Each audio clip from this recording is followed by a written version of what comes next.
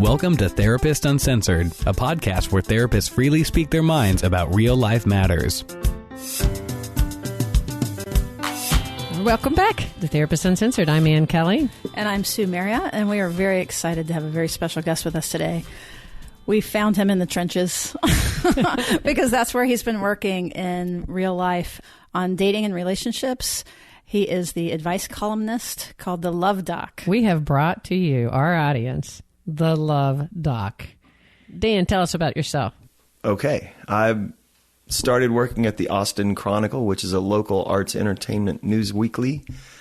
It is an awesome paper in Austin, Texas, by the way. It is the go-to paper for kind of what's the beat of the city. Where South by Southwest was started, the Austin Chronicle, and the paper's been around since 1981. September 4th, 1981 was the first issue. I started working there in 1988 as the personals guy, I guess. All right, so we got to tell you, the personals back then were huge in that paper because we didn't have the internet, right? We didn't have, all of Tinder and Match.com. Right. It was the back of the Chronicle in Austin, Texas. That's how you made the connections, right? Yeah, our internet was a Mac Plus with a bunch of floppy disks they had to swap out.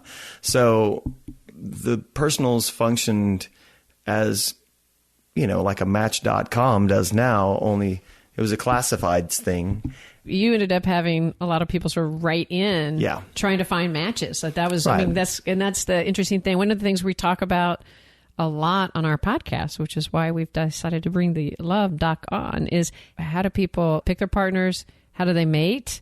How do they choose? How do they make it happen? And how do they stay in a relationship? So we do it from a brain science perspective. And we decided it would be really fun to talk to you, Dan, to kind of get, like you said, Sue, get in the trenches with you. You have the finger on the pulse all the way from the 1980s to currently. Yeah. You're writing an article. Tell us about that. Well, it's an interesting arc in that respect. When you're saying people trying to find dates or trying to find a match, back then, people who placed personals were perceived as, desperate people, couldn't find a date in the real world. Oh, how sad. Right. That was kind of the perception. Like, oh my God, now you're placing a personal ad? What? And that kind of segued after the print model of that, went into like Match.com, Craigslist, and those other more immediate dating sites. Those were considered early on the same thing. Oh my God, you're having to find, you're desperate. You're desperate. You have to find a date online. Now, online dating is more than socially acceptable. Anybody has at least tried it for, whatever reason in varying levels of success, but it's commonplace now. And some of the same aspects of, let's call it self-promotion, that existed in those print ads. And those things were small, like 50 words, and you had to cut to the chase, essentially. Some of the same aspects of that self-promotion have carried through all the way to today in online profiles, although in different ways. And, So that is going to be really fun because we want to know for all of you dating and also all of you in relationships, because he covers both sides of the tracks there, that when we say in the trenches, it's like you've been able to follow this now for some time. And you have at least 300, is that right? Oh, yeah. I think at least 300 of my dating advice column. That's right. And I have another 10 years of another sort of, I did a event recommendation column in the personals that at least 10 years. I don't know. It's been a long time. So obviously, to give people an idea of the kind of tone and tenor of the Luv Doc's advice, why don't we jump right into it and pick a couple of questions that our listeners might be wondering themselves.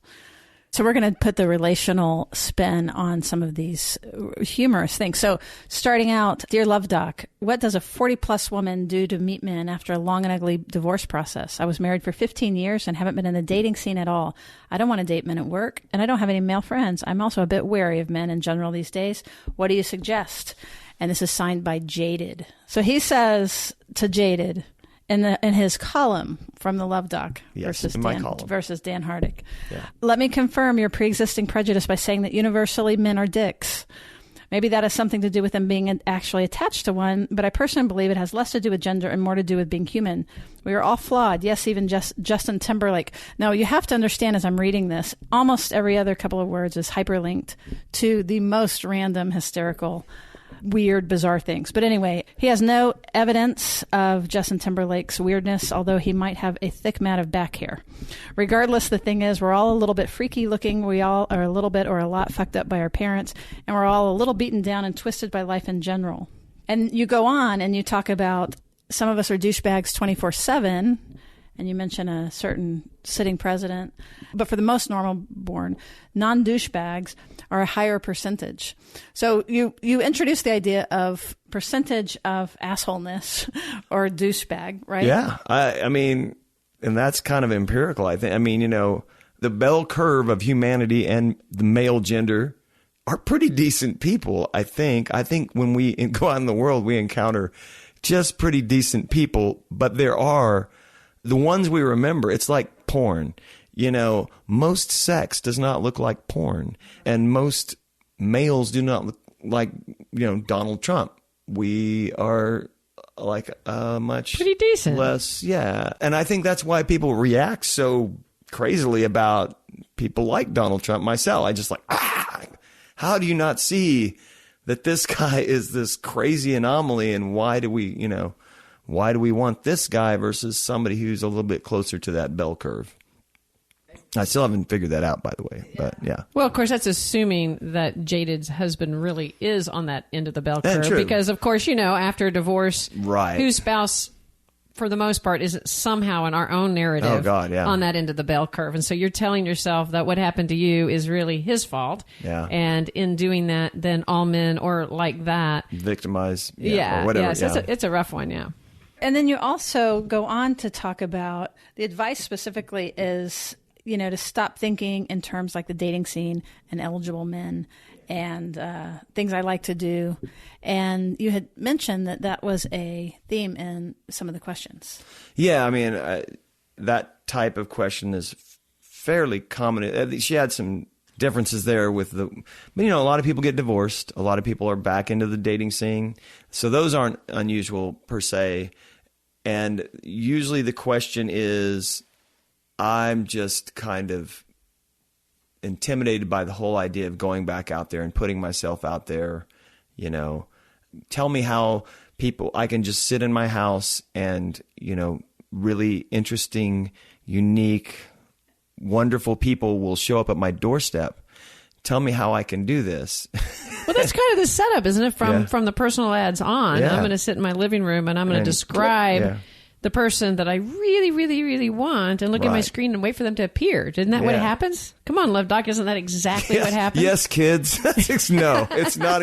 It's not at all what happens. It does happen. We all have probably some friend who's like, oh my God, I met this guy, dreamboat, wonderful person. But in my experience, those people are compatible in really interesting ways, and that dating site might have been the conduit for that interaction, but there could have been 1,000 other conduits for that interaction.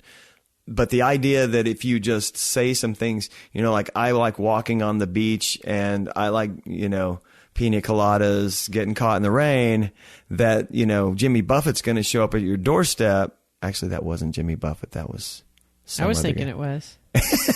No, he's Margaritaville. By the way, I just learned the other day, Margaritaville was written about Austin, not the beach. Seriously? We can get into that later. Please do. Yeah, he was living in somebody's house in Austin. It was about the slacker aesthetic of Austin in the early 70s. And that's why they're talking about margaritas. Yeah, because we are Margaritaville. That's, we had... Funny story about that, when I lived in Washington, D.C., when I first moved there from Texas, we'd go out with friends. I said, hey, anybody want to get a margarita with me? And they'd look at me like I had 3 heads and I was rude as I could be. And like, well, I might have a scotch, but I'll go with you. I was like, wow. They didn't realize going margarita was an event for us. Right. It's, yeah. That's what we do after work. So this is very similar to the column, which is that we can sorry. start one place. No, it's so hysterical. And then all of a sudden you learn something really cool that you didn't know that you wanted to know. Oh, and that was so it's Jimmy Buffett. chock full. Well, Jimmy Buffett and the Austin Margarita. It's chock full of entertainment, but also what we found as we went through them, some really actually good advice. Like good, solid advice from like a real world perspective with real world language. So, right. And really and actually what's so interesting is kind of, you've mentioned before we went on that there's certain themes that you're getting. Yeah. And that's one reason we were interested, is like you kind of see the themes of where people are struggling, and we're always talking about it from a science perspective, but loving hearing kind of the themes you see. I loved that we were sitting there talking about the fact that you went from personals and then we went to Match.com. That's interesting, that right? Arc, yeah. And you've seen the progression from that, and how has it differed? How do you see it different? But the same way as everyone's trying to find a mate, right? Like in this process from personal to Match.com. Or a hookup. You're right. Everybody's trying to find a mate or a hookup, but people are looking for connection, right? And that's what we're always talking about. Well, there's connection, love, connection. So give us an example of what comes to you in the outside world. Well, so this one was really generic, which is the kind of question that really irritates me. Just because, how do you make assumptions about somebody you don't even know? But there are large sweeping generalizations you can make about anybody, and this was one of them. And this one was, how do you meet a quality mate? It's generic, but that's what everybody's writing to you. Yeah, I mean, it's a good question. So give us the answer, Luv Doc. How do you meet the quality mate? That's the loveless side of dating. I don't even know the gender on this. So, and I don't know that even matters. I guess I'll just read it and we'll see. But this is such a wonderful question, Loveless. Thanks for asking. As you can probably imagine, there are countless numbers of vapid, undereducated, uninteresting, physically and socially inactive losers out there trying to hook up with someone special like yourself. Someone with exceptionally high intelligence, superior health, razor-sharp wit, a positive, magnetic personality, and loads of friends. What the fuck is wrong with them? How do they not see that you're way out of their league? I don't know. I mean, this is the thing, is like, what I'm getting at is when they the idea with this is, how do people not see my awesomeness just walking through the world? And are you saying that people can tend to overestimate themselves? Yeah, I think there's a huge. That's actually true from a research perspective. We never see ourselves as wrong. We think what we say is a little smarter than it actually is. Yeah. And we sort of idealize ourselves around qualities in general. So what you're saying is, so people are writing like, I'm this awesome person and I cannot find that same awesome person back again. Right. Help me. Why does Brad Pitt not call me? It's and I wondered that. And like, even when you talk to your friends, everybody has this friend. Everybody has this friend. It's like, I can't get a date. I just don't. And you're like, oh wow, well, hey, there's this guy. He's kind of interested in you. What do you think? Oh well, no, he's too. He's too. Pick one. Yeah. Tall, short, fat, squatty. I don't know. Stupid. Athlete, and you're like, what? Like, what? I'm looking at you. I may give this a shot. And I think that's it. Is people in their heads like are much more fascinating and wonderful than maybe they may be that in their head. But you are what you not only project to the world, you are what you do. You are obviously. I can sit here and think I'm Brad Pitt, but I need to actually be Brad Pitt to be Brad Pitt. So, consequently, I need to be a very famous actor. But, you got to be this. If you're going to be Sean Connery, you got to be Scottish. You got to have a cool accent, Well, and what I see happen a lot is I don't know if people are thinking necessarily that they are that, but more thinking they're going through this exercise of what is it that I want? And this list of qualities that you want in a mate is, your point is like, how does that list, which is an awesome, detailed, spelled out, smart, all these great witty qualities, how does that match up to the list? Like how yourself.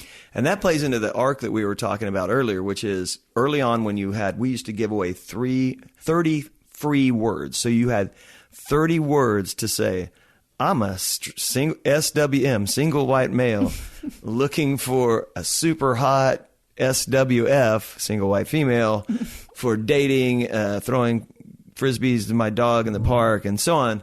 And that was it. And we were done. So the net was cast pretty widely back then because you just, you didn't want to eliminate possibilities, but some of the best ads were the ones that did eliminate possibilities because it was such a condensed format. So, I'm really into... Well, just there, think about what you just limited. Single white female. Yeah. You just eliminated the huge part of the whole population. You can't date a married female? I'm like, I don't know. But I was meaning African American. No, all that. Yeah, African American, bi, and whatever. It's just like, you just... And we had a lot of acronyms. Like there was SWF, DDF, which was single white female, drug and disease free. Oh God, it goes on. And that's a whole podcast. We can't, and useless now because it's called, it's completely anachronistic. But so you went from those condensed 30-word ads all the way now to where depending on what, like Match.com, they have, I guess, they have psychologists thinking of clever ways to make you answer stuff so that it actually reveals the real you, and there's a better chance for you to meet.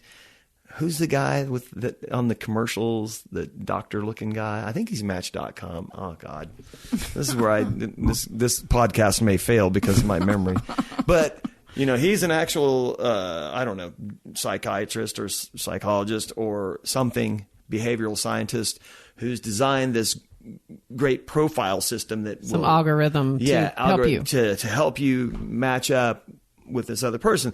And as you probably know, problem with that is how honest are people with themselves and it's tricky because every answer that you give that's wrong is going to screw up that algorithm, or that's not honest, and everybody wants to appear like the person they believe themselves to be. And so just what I was going to say is it's not even like individuals aren't necessarily being honest. We've been talking about how that we often overestimate and perceive ourselves in this positive, ideal way. I think it's also in our experience that people are looking for those aspects of themselves they're missing. And so when they know that they're sort of struggling, and sometimes this is conscious, sometimes it's unconscious, they're often describing that aspects of selves, thinking, if I got that, then I'd be a whole person. Right. Like, let me just add this, get this, and then now I'm a roundabout. Exactly. Yeah. I've done all the work. They've done all the work that I haven't, and that'll take care of in describing themselves with that sort of personals arc when you have like pictures of yourself. Mm-hmm. Which ones do you pick, right? Yeah, just that whole thing. I'm super uncomfortable with, the idea that one picture or 6 pictures could define my whole profile, like who, and like on Tinder, your fingers just blasting through these pictures of people, But the way I think of that, it doesn't that sort of match how it works in the real life? Like you go to a party and you notice 4 people or 5 people, and then of those people, 1 or 2 notice you back, and so that you don't know anything about their profile or whether or not they smoke cigarettes or whether, you know what I mean? But your eyes calculating 1,000 different angles, and you can. That's you know right. what I mean. You can see how somebody holds their drink, how they laugh. Yeah. Well, you engage with them. Are they like me? They're always in a permanent slump. Like not dating. I mean, like I am like a slouching son of a bitch, and What about? And there's so many like. You obviously know this way better than I do. So many subtle clues, about people that you're processing that a flat 2-dimensional photograph will never convey. And this is what, I was like, if I want a video and I want it 360 and I want it 3D and, I don't know. I want like, how do you capture somebody's personality in a photograph? But some of the advice you give, like even in that article, which was that you start off reading, some of the advice you give her, actually, we're not actually here advertising saying, you know what, don't go on personals, don't go on Match.com. Far from it. Far from it. Yes, Chronicle, don't worry. We're not actually saying that. Because it really can and has been, depending on it has been actually really successful for people. I think your advice, so I want you to read a little bit more about that, has to do with what you're looking for, not only outside of yourself, but what you're looking for inside. What are you really reflecting, and to kind of take a deeper look. So why don't you read some of your advice to what was this one? Girl, don't buy that dress for a man. That's what I'm getting at. Buy that dress for yourself. But so like this is part of that answer. Over the years, I have found that certain people have a huge disconnect between who they are and who they believe themselves to be. This self-deception is essentially acute on internet dating profiles where people are asked to describe themselves. Needless to say, there's a frustrating amount of hype. I get it. People are trying to sell their sizzle. What might be more useful, however, is Yelp-style reviews from friends, family, and acquaintances. Maybe realitycheck.com. I'm actually thinking we should maybe develop this concept. Yes. Well, little Yelp of friends, little review. That would be really nice. That would be kind of interesting. And feel free to steal the idea for the domain name. But if you do, I'd like to get my beak wet, if you know what I mean. Yeah, well, I'm sorry. Yeah, I was trying to get a little money out of that. But no, that's the thing is, it would be great to have objective measurements of people rather than subjective measurements of people. But you can't have that. And what Ann was saying is right. You project what you want, and it describes you. So if you want pina coladas and getting caught in the rain, clearly you're a person who likes to go to the beach and drink. But the question is, actually, drinks. Are you? Because a lot of times what you're doing is saying, this is what I want. Are you this person? Because I want to drink wine and eat cheese and go to an amazing art galleries. Do you do that? Right. And one of the answers that you often respond, are you doing that? Are you going to art galleries? Are you being the person that you're advertising that you are? Right. That is, I mean, in the real world, when it's like, well, if you want this kind of person, don't you feel like you have to be a little bit closer to that kind of person? You can't meet a captain of a ship if you're not on a boat. You need to get on the, you got to get you meet those people there. If you like somebody who's sportive, you got to go play some sports, or at least go watch some sports, or I don't know, hold the towel on the sideline, or bring beer. Or, if you want somebody who's creative and is into art, go take an art class. Go do the thing. Be the you that you're trying to date. I mean, I guess. And not even to be doing it in order to date. Or not to date. Right. Yeah. Like what you said. Be the you. Yeah. For loveless, you say, yes, that it doesn't necessarily mean you're forever condemned to pair up with a tedious, uninteresting, unremarkable, low-quality person. Rather, it sets the goal of where you need to be. Are you looking for fun, interesting people? Then do and become one yourself. So take some classes, join a gym, read a fuckload of books, do some charity work, meditate. I'm not going to lie. It might take a monumental amount of work for you to become the kind of person you would like to date. But if I were you, I wouldn't settle for anything less. Awesome piece of advice. Be the kind of person you would like to date. I think that's the core. That's it. Well, and that kind of plays into, what are you wanting out of your mate? If you're looking for these things to come out of another person, that's probably a fundamental error in personhood, isn't it? Like, if you're looking to be a more active person, dating a more active person, yes, might drag you out of the house more. That might, but does that person want somebody they have to drag out of the house? No, they want somebody who's already active, who already is, like, we're going to go running because we both like running. Not, you're not a big jogger, but I'm so sportive. I'm going to go out and jog, and it's going to inspire you to jog. That's just it's not the right way to go about it. But it actually makes me think, both of those things make me think about, if you think about what your list is, and, moving from dating to relationship, if you think about like what you want your partner to be, or if you're dating, like what your list is of these qualities.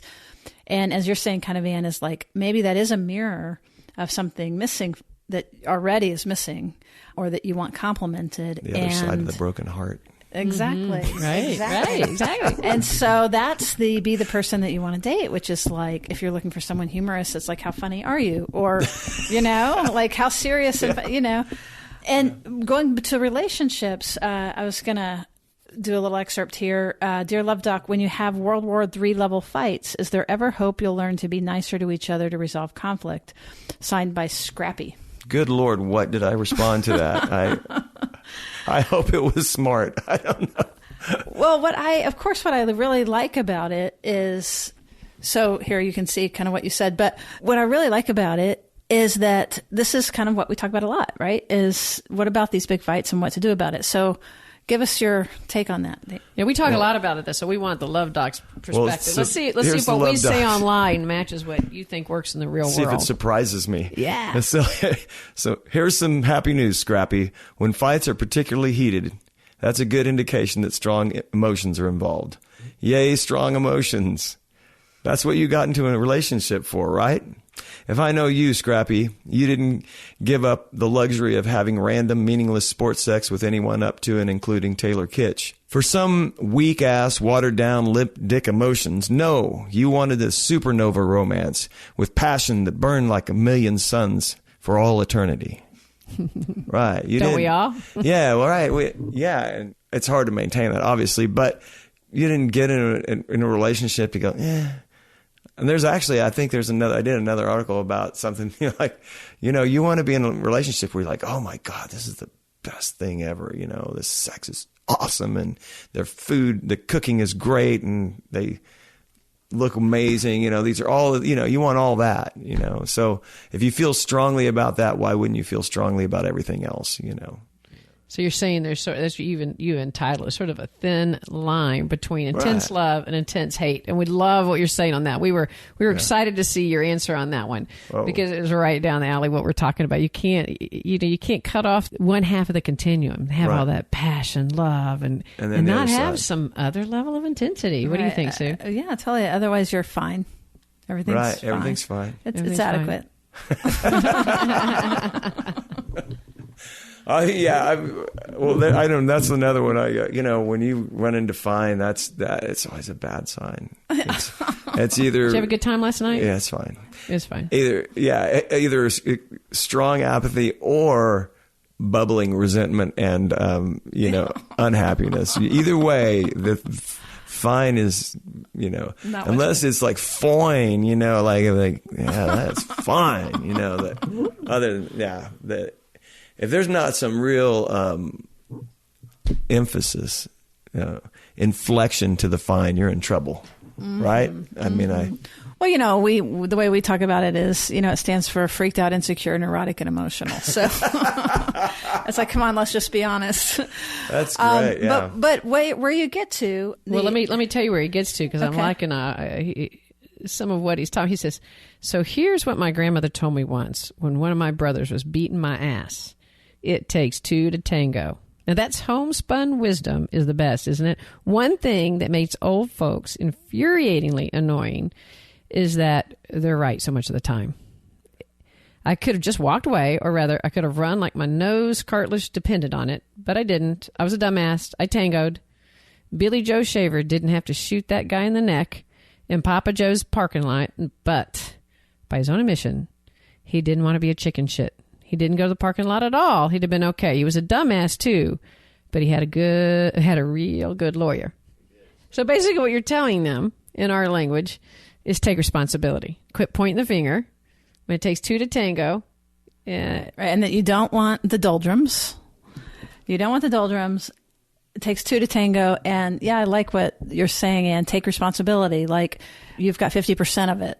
And so instead of pointing fingers, look at how are you Billy Joe Shaver? It's so hard to step out of the moment, obviously, and look into the future after my third broken nose and know that ultimately that first broken nose was a blessing from my brother because I think I got a better nose out of the deal after my septoplasty.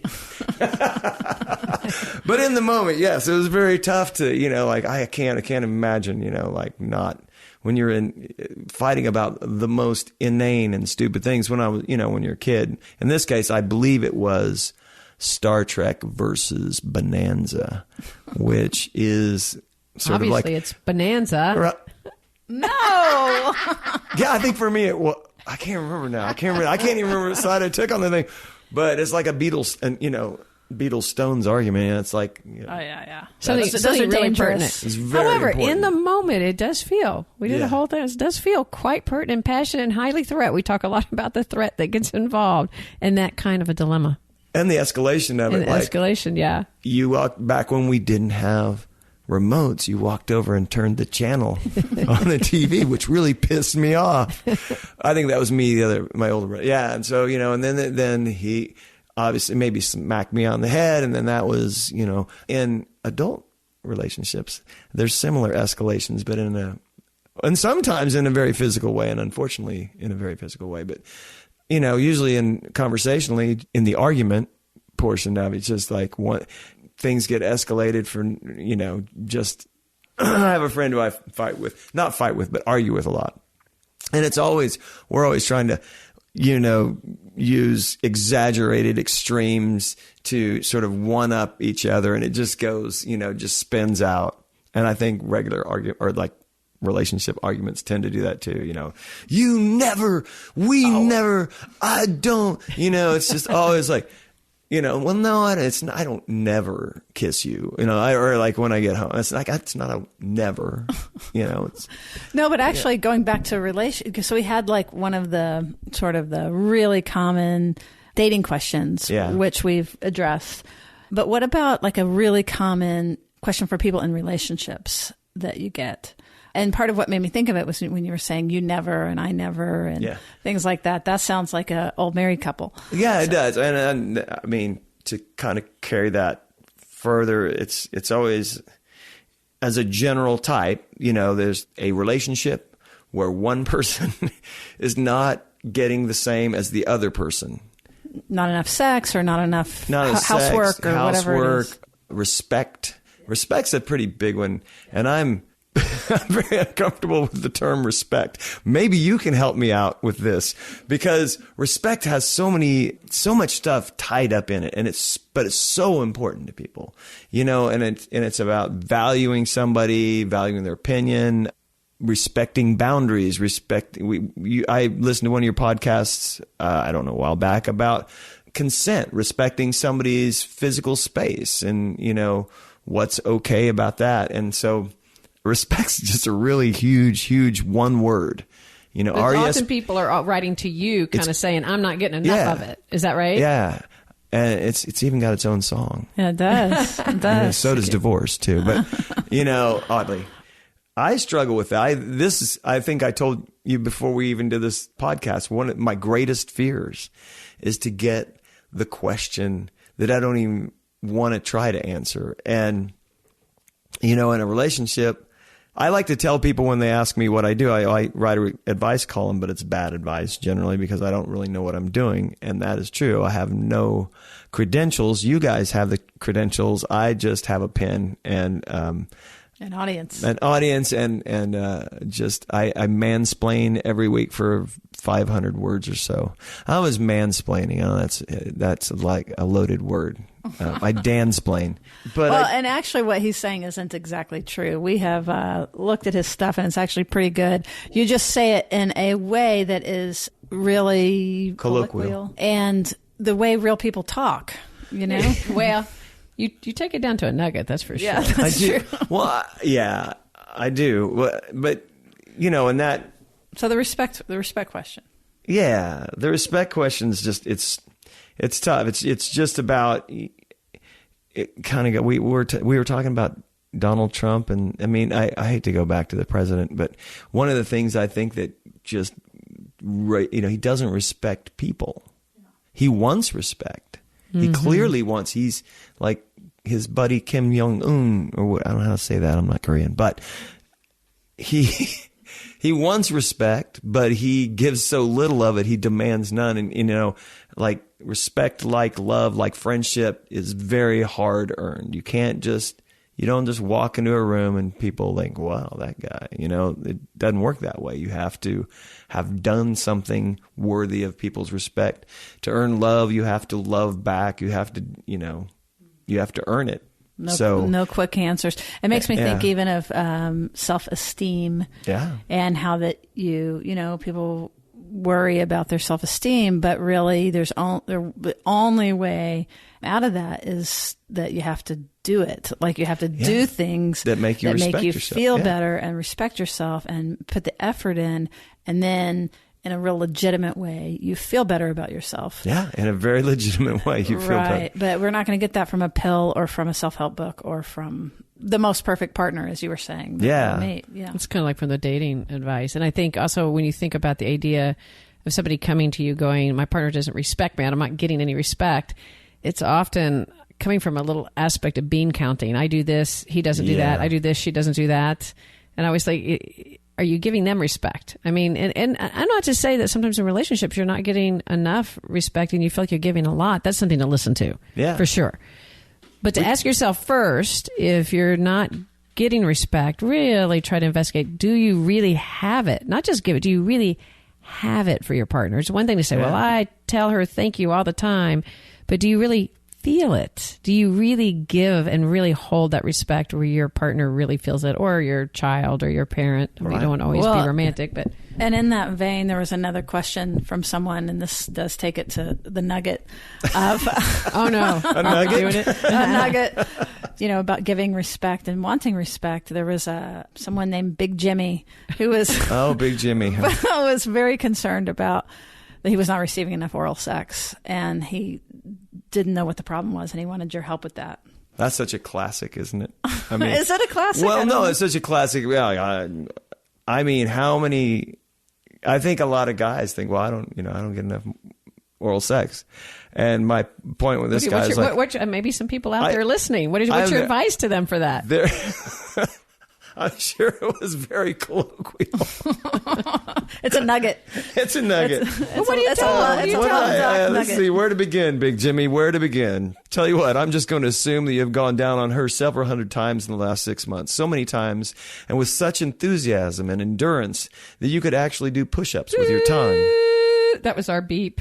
And flutter it with the speed and agility of a hummingbird wings. Good on you, bro. You're putting in the work. Frankly, with all of the time you're spending down there, I'm amazed she hasn't guessed that you're into oral.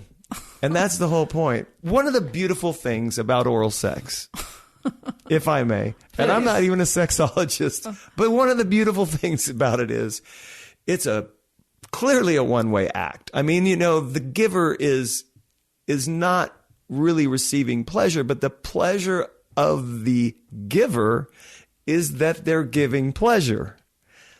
So there is something to be gained from that. Definitely. And if it's a one-sided thing, the reciprocity comes into play.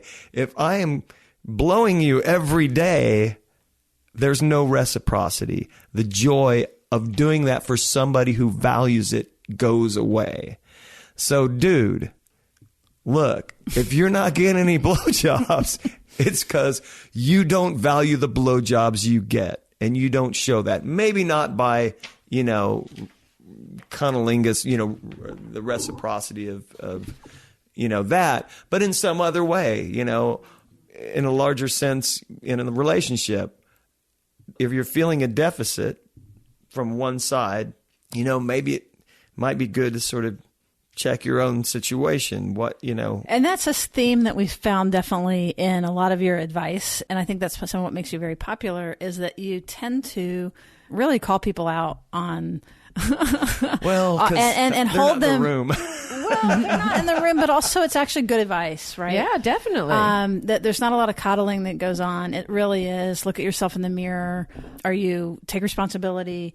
Are you doing your own work? Look at yourself. Just lots of self-reflection and, holding both people accountable typically is what I kind of see. And you just do it in a really humorous and direct way, but it definitely fits, right?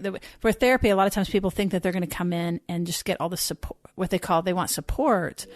But what typically, I think good therapists, you give support, but that support is very honest. And so if there's something that we're seeing that somebody needs help with, we're going to let them know that. And some people feel that is unsupportive, but really it's kind of the most supportive thing that we could possibly do for you. That's an interesting side note to that is as a columnist, as you can see, I tend to lean towards sarcasm and hyperbolic speech in order to get points across. And I use humor. I'm hoping I'm using humor, because otherwise it's a real asshole column. No, that's what I'm saying. Your points are actually well taken. But so in doing that, there's that insincerity and snarkiness of my column, which people like. The interesting thing is when occasionally, and I just did one not too long ago, when I actually do, and it's very hard for me as a person just in the world to be heartfelt and sincere, but when I do that, the response is incredible. Like, I get maybe one letter every 3 weeks as, just, hey, great job, or something like that. Whenever I do the change up pitch, last 2 weeks ago I did just a sincere. Tell us about it. The shooting in Sunderland Springs. Hey, we need to fix this, folks. This is, every other country in the world seems to have some sort of handle on gun violence that we don't. Are they all smarter than us? That, and it was just that very. So what were people saying in heartfelt? The letters? Oh, they're just saying, they respond to the honesty and sincerity of that. And I think that carries over, that's a corollary to in a relationship.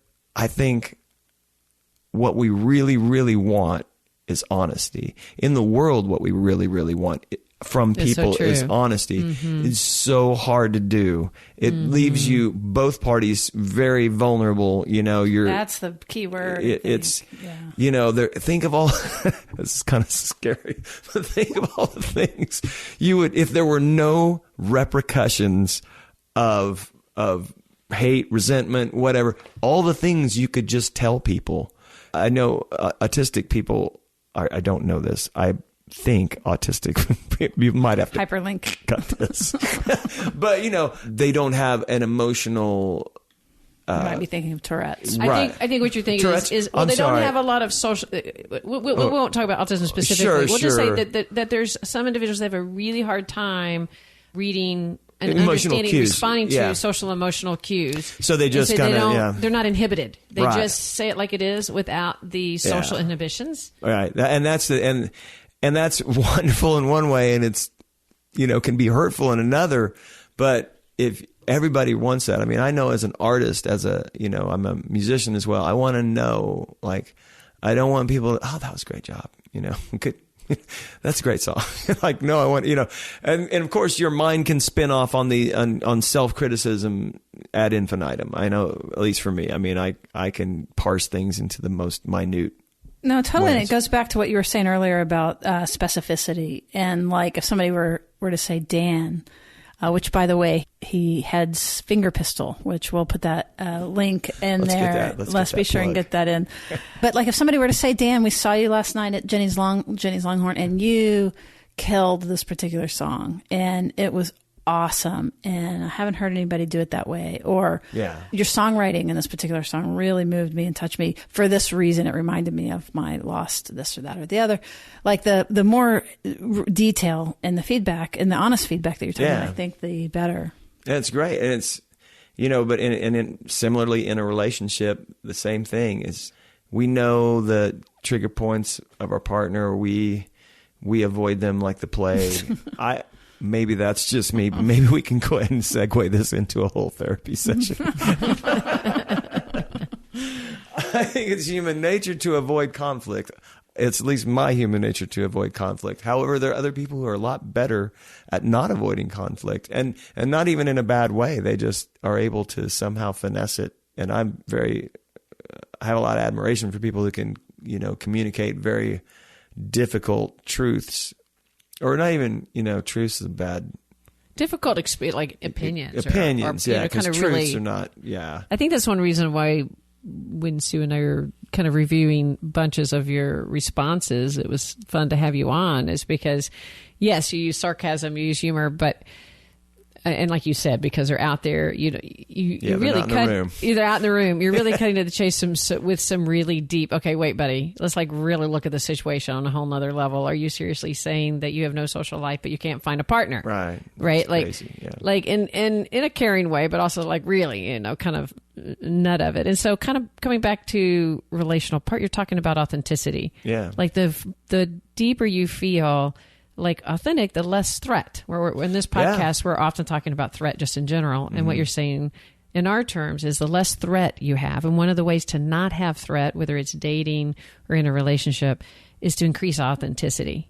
And that isn't, yeah, honey, I really hate that dress on you. That's not what we're talking about. We're saying but just really, just you can trust. You can trust the positive. You can trust the negative. You're going really authentic. Right. And I'm thinking specifically about friends who, I can't find a date. And you say, well, how about so-and-so? And then they say, I can find a date. Nobody, Right. And you're like, you really have to be the one to kind of go, whoa. You're not as awesome as you think you are. It's, hey, let's really get out there and have you meet people. You're ruling them all out completely. And your advice on Luv Doc, when you're kind of really saying, hey, go be the person you want to be. Don't just focus on finding a partner and it'll happen. That trust thing's like another trust in a relationship. And I don't know if maybe we'll cover this in here, but the intimacy. I think one of the things people crave in relationships is the intimacy of of like you and I, we know things about each other. We know each other on a very deep and profound level that other people don't. That's what makes this a relationship or, special, a couple. Yeah. Makes it special. Everybody wants to feel special. Mm-hmm. It's one of the things with jealousy. And, when you see your partner behaving in a intimate way with other people and not necessarily sexual, but not, it creates feelings of, betrayal. And so honesty being a big part of that creates intimacy. Mm-hmm. Mm-hmm. Or authenticity, definitely. I guess is what you're saying. Yeah. Authenticity is another, like dignity, authenticity is another hugely loaded term because it assumes that you know what's authentic even about you. And that's so true. I'm writing my ad and I'm authentically sporty and da-da-da-da-da. Yeah, I know. It's just really, this is something I think about with myself, about myself all the time is, who am I? What, I'm from Oklahoma. I like to think that means something, but I don't really know that it means anything. But to a lot of people, it does. And then, I grew up mostly in a suburban environment. My dad was a college professor, then turned tech writer. My mom was a librarian. All these things that make up who I am, they were formative. But then I have this adult me that gets to do, pretty much whatever I want or gets to form the person, whatever I want. And I get to make that authentic person. And in its formative ideal, like I want to go be a motorcycle rider, it's not authentic until I actually go do it, I guess. I might authentically want to do it, but then how does that play into who I am as an individual, what my likes are, et cetera. And so it's as with anything, it's hugely complicated, authenticity, even still. And it makes me think too of something we were talking about before we got on air, like who are we? This question of who are we and who is our authentic self? And you are really challenging this notion as you are now that we even know. And so things like, I don't like Chinese food. I'm someone who doesn't like Chinese food. This isn't true. But let's just say I was saying that. And your point was, well, how do you know? Have you had every single dish of Chinese food? No, it's impossible. Right. And so to me, what was inspiring to me about that was just the challenging of some of these beliefs that we have that are unexamined and really trying to re-examine and rediscover and open up our relationship with ourselves and other people. Because also once you believe that you know your partner, it stops being that interesting, or like right. you lose your curiosity and the discovery part, which that's where the heartbeat goes up and the excitement happens. And so being able to see people at newer, more nuanced levels and also not assume, that when somebody moves to Texas and they say they don't like hot food, that's true. It's not true. It's not true. They just don't, there's a process that happens. Yeah. So that discovery thing, that's an interesting concept too, as in terms of a ongoing, thinking somebody, that they're always going to be that same person. Yeah, it just shuts it down. Yeah, it shuts it down. Or that we think we're going to be the person that we present when we first meet somebody, because we're never the same person when we first meet somebody than what we become eventually, And that's what's crazy. Here's another layer to that too, is in the dynamic of a couple, you perceive yourself in one way and your partner perceives you in another way. Yeah. Unfortunately, there's no way you can get around that. No matter, right. It's like, I am a, wonderful, thoughtful person. And the other, not so thoughtful. I mean, this happens in my house all the time. Well, one of my favorite things to do is to bring somebody in that I've worked with for a long time, and to bring their partner in for like one session, and just say, "Tell me all about her," or "Tell me all about him," and what do you, and it's really informative. And I imagine. So. Want to be respectful of your time and everything. And we have so enjoyed having you, and it has been such a privilege. And we really want our listeners to check out your column. It's called the Luv Doc. It's in the Austin Chronicle. Can you give us a web address? It's www. That's how we say it in Texas. www. I realize. Thanks, George. No, I want the world to know that W existed before W. Austin Chronicle, AustinChronicle.com, and I think just /Luv Doc, or if you go to, and it's LUV. Oh yeah, DOC. The Luv Doc. Yeah, and I actually have subscribers to my newsletter, actually from around the country, not just Austin. Strangely. Well, send in more questions, and maybe we can have them back on, and we'll specifically have them answer the questions you send us. Yeah. That's exactly right. And is there a Finger Pistol URL?